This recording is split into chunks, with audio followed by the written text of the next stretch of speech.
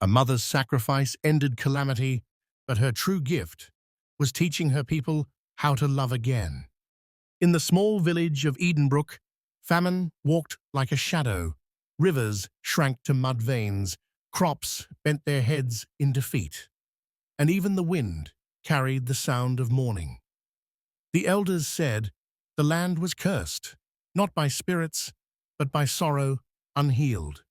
Among the suffering people lived Margaret, the widow everyone pitied, but few truly helped. Her husband had died saving the village from a burning barn years ago, and her only son Daniel had vanished in the famine. Yet every morning, Margaret rose before the first rooster and prayed at the old fig tree. Her voice was cracked, her knees frail, but her faith was stronger than the drought. "Rain will come," she whispered each dawn, "when hearts learn to love again." But the villagers had grown bitter. They mocked her prayers, saying, "Your God has forgotten this land. You waste your breath on dust." Still, she prayed.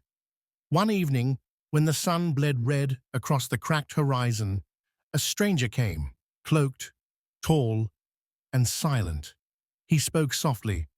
"Widow Margaret, your land bleeds because of what lies buried beneath it. Only a heart pure enough to forgive can lift the curse." Margaret trembled. "Forgive? Forgive whom?" The stranger's eyes glowed faintly. "Those who wronged you and those who forgot you." Then he vanished like mist into the evening wind.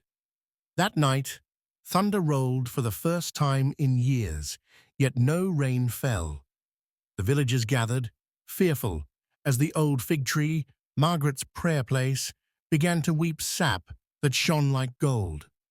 The elders whispered, "The curse stirs." Margaret only bowed her head and said, "Then let it find me first." The villagers feared what they could not understand. Some said Margaret had called evil spirits. Others said she had found favor with the gods. But Margaret herself sat in silence before her small clay lamp, her eyes fixed on the doorway where the stranger had stood. When dawn finally came, she went back to the fig tree. The sap had hardened into crystal-like beads that shimmered in the sunlight. She touched one, and the ground beneath her trembled softly. Then she heard it again, that same low, calm voice. "The curse will end only when the heart that loves most chooses to break." She turned sharply. The stranger stood beside the tree again, tall as before, the morning mist wrapping around him like a robe. "What does that mean?" Margaret asked, her voice trembling. He looked at her with eyes that seemed to hold both sorrow and peace. "It means the land must drink from love's final breath." Before she could reply, he was gone. The mist swallowed him whole. Margaret fell to her knees. She wept, not because she feared death, but because she finally understood. Love sometimes demanded more than life itself. When she returned to the village, the people gathered around her. "What did the spirits say?" one man asked. Margaret looked at their hollow faces, the mothers clutching starving babies, the fathers too weak to stand. "He said the land will live again," she said softly, "but not without a price." The elders grew uneasy. "Price? Whose price?" Margaret smiled faintly. "Perhaps mine." From that day, Margaret began to give what little she had, her food, her water, her time. She cared for the sick and shared her meal with those who had mocked her. She taught the children songs of hope, even when her own voice trembled. And every night, she returned to the fig tree. "Let my life be enough," she whispered to the wind. But unknown to her, far beyond the dry hills, a young man named Daniel, her lost son, was making his way back home, guided by a dream of his mother standing beneath a tree that glowed like gold. The curse had begun to stir again, but so had destiny. He had wandered for years after the famine took their home. He had seen cities of wealth and hunger, men who prayed for rain but sowed only greed. Yet something called him back, a golden light in his sleep, and the image of his mother kneeling under a weeping tree. When he reached the edge of Edenbrook, he almost didn't recognize it.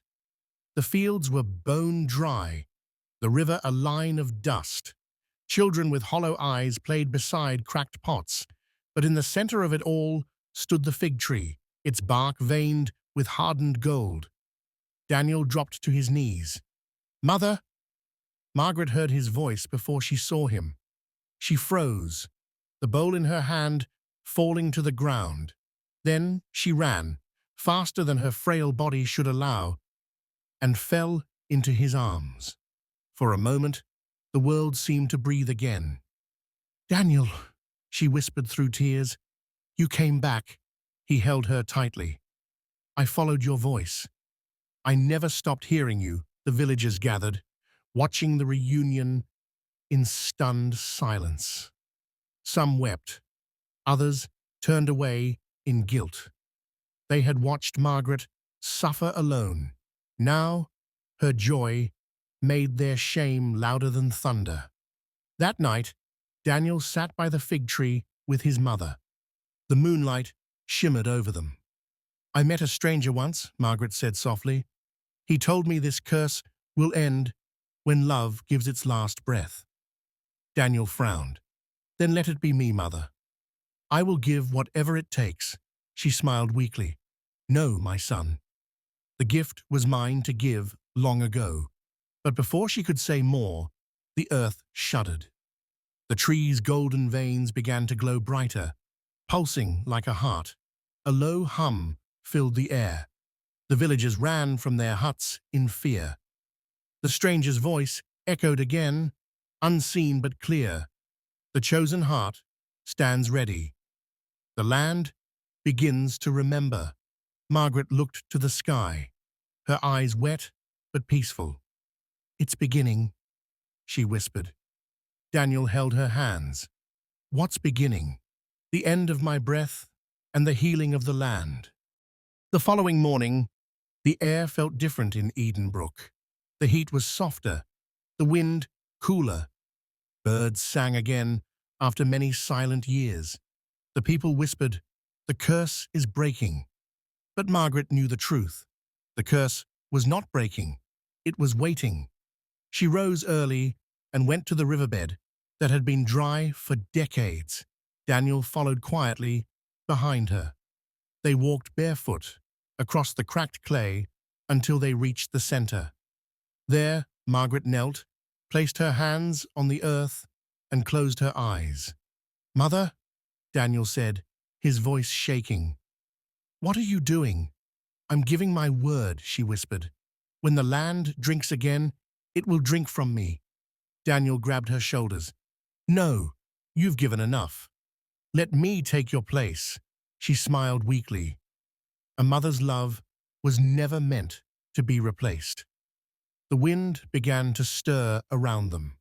The fig tree, far away, shimmered with golden light, and the ground beneath them pulsed softly like a heartbeat. That evening, Margaret gathered the villagers. She spoke with calm strength. "The land will live again. But to heal, it must take what it gave.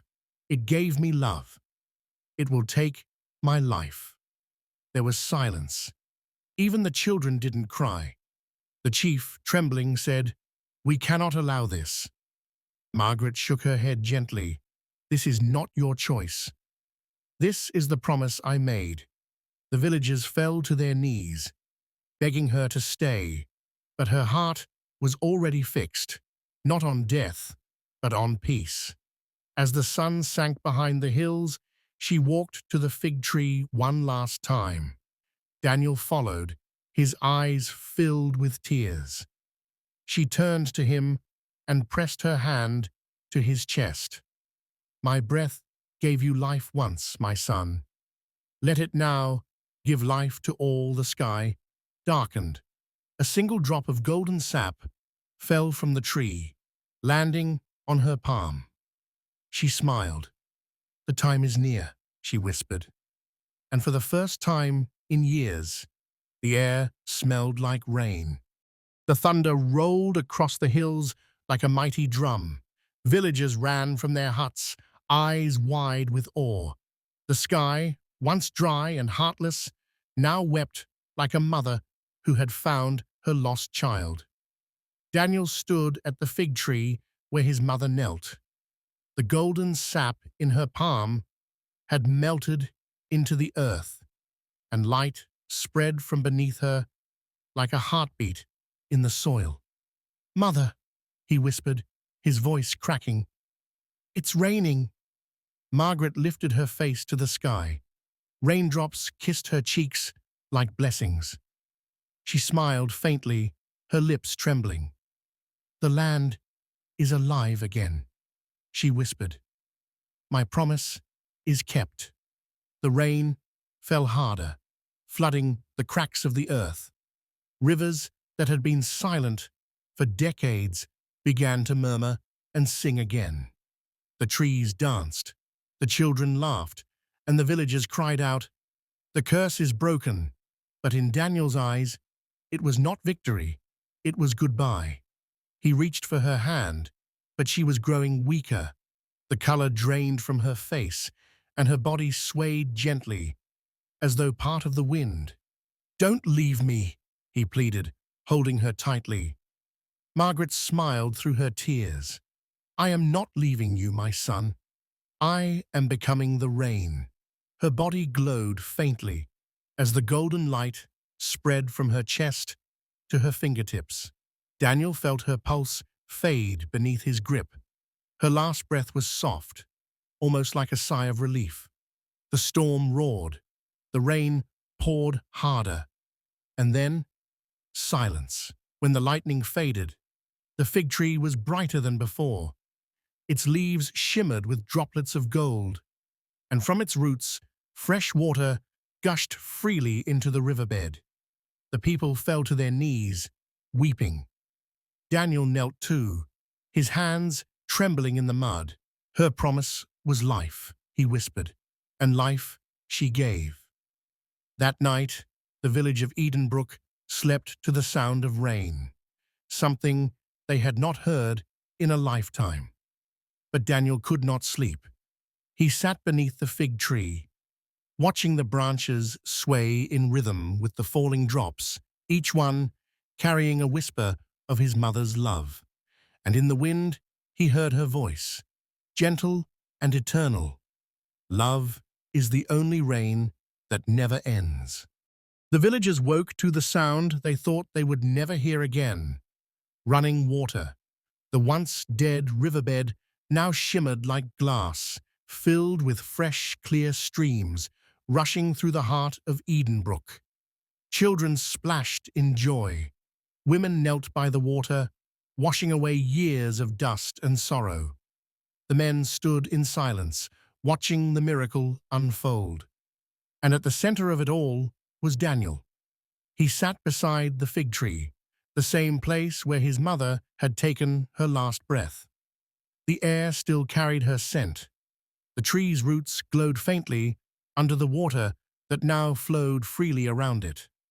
The current was strong, but not wild, gentle, almost like it had purpose.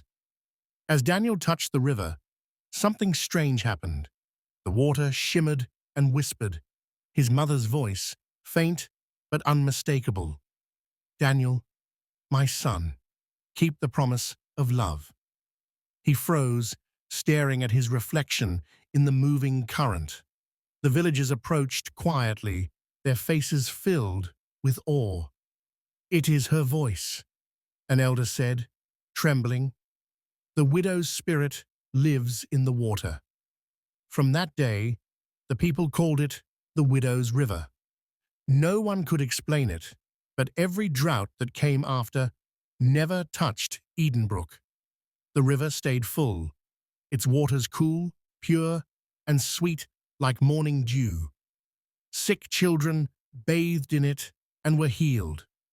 Fields watered by it grew faster and greener than ever before. Every life that drank from it seemed touched by her kindness. Daniel became the keeper of the river. Every sunrise, he sat by the fig tree, telling stories of his mother, her courage, her love, and her sacrifice. When strangers from other lands came to see the miracle, Daniel would smile softly and say, "The water is not magic. It is love, made visible." One evening, as the sunset painted the sky red and gold, he heard her voice again, soft and close, carried by the flowing water. "My son, as long as they remember kindness, I will never truly die." He smiled through his tears, and the river kept singing her name long after night fell. The season of peace in Edenbrook had lasted many months. The fields glowed with green. The river sang every dawn. The fig tree, where Margaret had given her last breath, now stood taller and stronger than ever. But one morning, a stranger arrived. He came from the east, where drought still ruled. His name was Jonas, a trader, with sharp eyes and a smile that hid questions. He had heard stories of the widow's river, the stream that healed wounds and brought rain wherever it flowed. Daniel welcomed him with kindness, offering food and water. Jonas dipped his hands in the river and drank. For a moment, he closed his eyes. The taste was pure, like life itself. But instead of gratitude, envy grew inside him. He thought, "If I can take this water home, I will be richer than any king." That night, while the village slept, Jonas filled his clay jars with the glowing water. But as he turned to leave, the river grew quiet. The crickets stopped. The wind froze. Then, the water darkened. It turned heavy, thick, and still. Daniel woke to a sound like thunder without rain. He rushed to the riverbank and saw Jonas struggling. The water in his jars had become mud, dragging him down. He shouted for help, but no one moved. Daniel ran into the water, pulling Jonas free. Mud clung to their clothes, and the current thrashed violently, as if the river itself was angry. When they reached the shore, Daniel looked at him with sorrow. "You tried to steal what was given in love," he said quietly. "The river gives life, not profit." Jonas trembled, tears mixing with mud. "I only wanted to save my people," he said weakly. Daniel nodded. "Then take the lesson, not the water. Share kindness, and the rain will come." Jonas bowed his head, ashamed. As dawn rose, the river cleared again, shimmering with peace. He left Edenbrook empty-handed, but with a heart changed forever. From that day, Daniel placed a stone at the riverbank, carved with words his mother once said, "Love cannot be taken, only shared." And whenever strangers came to drink, he would point to that stone and say, "Remember the stranger who tested the river. The water knows who drinks with greed." Years passed in Edenbrook. The widow's river flowed strong and sweet, feeding every home, every field, every heart. The people lived in peace. But peace, when taken for granted, can turn to pride. One harvest season, the rains came late. The sky turned pale, and the river's golden glow began to fade. At first, the villagers did not notice. Then one morning, the water ran cold and dull, no longer alive with light. Daniel, now older and wise, felt something stir in his spirit. He knelt by the fig tree, its leaves no longer shimmering. "Mother," he whispered, "what have we done wrong?" The wind gave no answer. Soon, whispers spread through the village. Some said Daniel had failed to protect the river. Others claimed the widow's blessing had expired. Fear returned, and with it, division. Desperate, Daniel called the people together by the riverbank. "The river is not dying," he said firmly. "It is only reminding us of love, the same love we have forgotten." But a proud farmer named Marcus stepped forward. "Love does not feed the land," he spat. "We need power, not promises." That night, Marcus and a few men went to the river and threw stones into it, cursing the false spirit they once praised. The next morning, half the river had dried. The water no longer healed, no longer sang. Children fell sick. Crops turned brown. The air itself grew heavy. Daniel wept beneath the fig tree. He knew the river's silence was not punishment, it was grief. So he walked into the riverbed and spoke aloud, his voice breaking. "If love has been forgotten, let it begin again with me." He cut his palm with a stone and let a drop of his blood fall into the water. The river shuddered and glowed faintly again. A soft wind swept through the valley, carrying the whisper of the widow's voice. Love must be remembered, not inherited. Daniel bowed his head. The glow faded, but the water began to flow again, slower, weaker, but alive. The people returned, shamed and silent, helping Daniel clear the stones they had thrown. And when the first child laughed again, Daniel smiled. The river was healing, not because of magic, but because hearts had humbled themselves once more.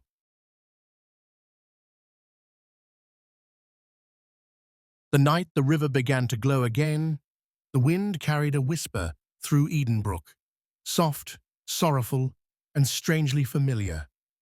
Daniel sat by the riverbank, the moon resting on the water like a silver crown.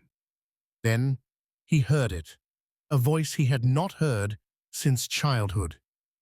"Daniel?" He froze. The voice was gentle, yet it carried the weight of eternity. He turned, and there she was, the widow, not as she once was, but as a shimmering light wrapped in golden mist, her face calm like dawn. Daniel fell to his knees. "Mother," he whispered, trembling, "why have you returned?" The widow's spirit smiled sadly. "The river remembers kindness, but the land still holds fear," she said. Her eyes glowed like stars reflected in tears. "Your people have begun to rebuild, but their hearts still cling to pride. I have come to finish what I began." Daniel looked at her, his voice breaking. "But you gave everything. You died so we could live. What more must be given?" She turned toward the river, her reflection golden and soft. "Love does not end with death, my son. It must be renewed in the living, through sacrifice, through forgiveness." Daniel's heart pounded. "What must I do?" She reached out her hand, a gesture filled with light. "When the dawn comes," she said, "you will lead the people to the river. Not for prayer, not for healing, but for truth. Every secret kept in darkness must be spoken aloud. Only then will the curse be lifted forever." The air shimmered. For a moment, the whole valley glowed with warmth, but then the light flickered, and her form began to fade. Daniel reached out desperately. "No, don't leave me again." The widow's spirit smiled gently. "I never left, Daniel. I live in every heart that chooses love over pride." A soft wind blew, scattering golden dust into the night. When Daniel looked up, the river sparkled faintly, as though the stars themselves had fallen into its waters.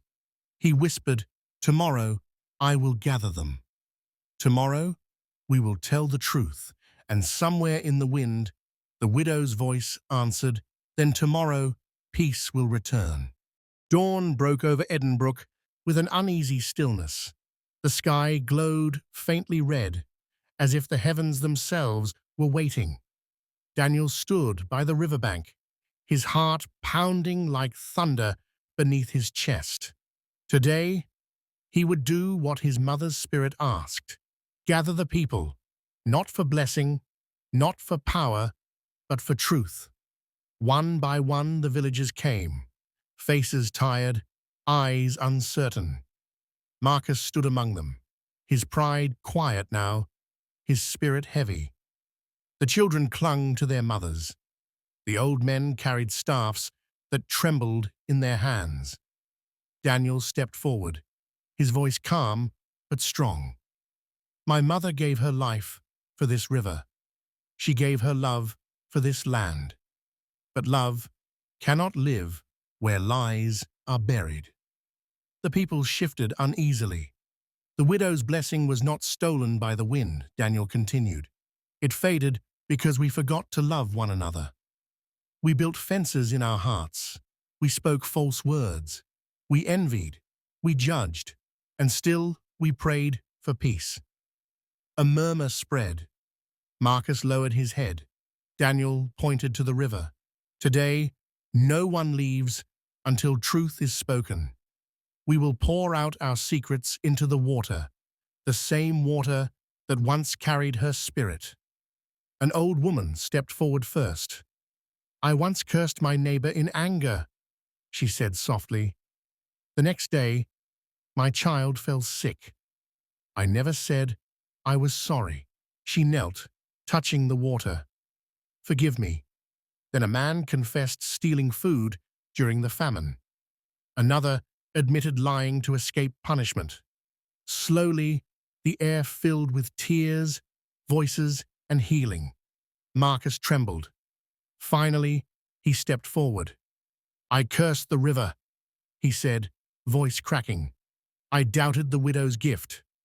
I threw stones into the water. The crowd gasped. Marcus fell to his knees.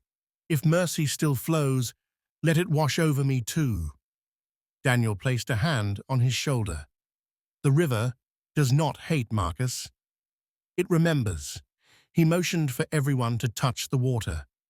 As their hands reached in, a golden shimmer rippled across the surface, faint at first, then glowing brighter and brighter until the river itself seemed to sing. The valley filled with warmth. The fields shimmered green again. Birds sang like laughter, returning home. Tears streamed down Daniel's face. He whispered, Mother, it's done. The wind moved softly through the fig tree, and though no one could see her, they all felt her presence, smiling. The sun rose bright over Edenbrook, golden light spilling across the valley like hope reborn. The river shimmered peacefully, its surface alive with gold. The land was healed, the people joyful. But peace, though beautiful, is fragile, and the spirits of the earth do not bless without reason. One evening, as Daniel sat by the fig tree watching the sunset, a shadow moved across the river. From its center rose a soft mist, and out of it stepped a figure.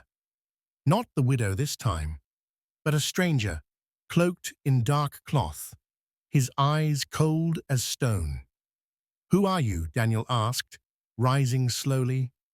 The man's voice was calm, deep, unsettling. I am the keeper of balance. You have awoken what was meant to sleep. The land demands a final offering. Daniel's heart quickened. But the widow gave her life. The people have confessed. What more could be taken? The stranger's gaze pierced him. The widow's love cured calamity, but love fades when forgotten. The curse returns if pride rises again. Daniel trembled. Then take me, not them. The stranger stepped closer. Would you give your life for theirs, as she did? Daniel looked toward the village, children playing, elders laughing by the fire, farmers singing to the wind. His throat tightened. He saw in their faces the peace his mother died for. "I would," he said firmly. The air fell silent. Even the river seemed to stop flowing. Then, the widow's voice echoed faintly through the valley, carried by the wind. "True sacrifice is not in death, but in living for others." The stranger paused. His eyes softened, and his cloak began to dissolve into light. "You have passed," he whispered. "The land no longer seeks blood. It seeks hearts that remember." The mist vanished. The sky deepened to gold. Daniel fell to his knees, tears streaming down his face. He whispered, "Mother, I understand now. You did not die to end calamity. You died to teach us how to love." And as the wind swept across the fields, the river glowed brighter than ever before, its waters singing softly like the widow's laughter carried on the breeze. Weeks passed, and peace reigned in Edenbrook. The river sang softly each morning, its waters bright and full of life. The air smelled of rain and fruit.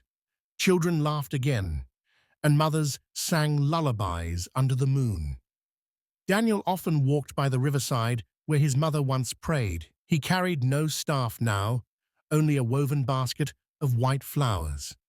Each day, he would lay one on the water, whispering, "For every tear you shed, we promise to live better." The villagers began to gather around him, not as followers, but as family. Together, they planted trees near the riverbank, calling them the widow's trees. They believed each leaf that swayed in the wind carried her blessing, protecting the land from calamity. But one night, an old woman approached Daniel. Her face was lined with time, her eyes gentle and wise. She said softly, "Your mother's story must not be buried with her. The next generation must remember." Daniel nodded. "They will," he promised. "The land will speak her name." So he built a small stone shrine beside the fig tree where the widow once knelt and wept. He carved her words upon it. "True sacrifice is not dying for others. It is living for them." Years rolled by. Children grew, the village flourished, and the river never lost its song. Whenever the wind swept across Edenbrook, the people said they heard the widow's voice, soft and warm, whispering through the trees, "Love one another, and calamity shall never return." One evening, as the sun set in golden flames, Daniel stood at the riverbank for the last time. He was old now, his hair silver, but his eyes still bright with peace. He smiled toward the horizon and whispered, "Mother, your breath still lives in every heart here." The wind stirred gently, wrapping around him like an embrace. And for a brief, shining moment, he saw her, the widow, standing across the river, smiling, proud, her spirit bathed in light. Then she faded into the sunset. The river glowed once more, calm, eternal, alive. And so the widow's last breath became the heartbeat of a land healed by love.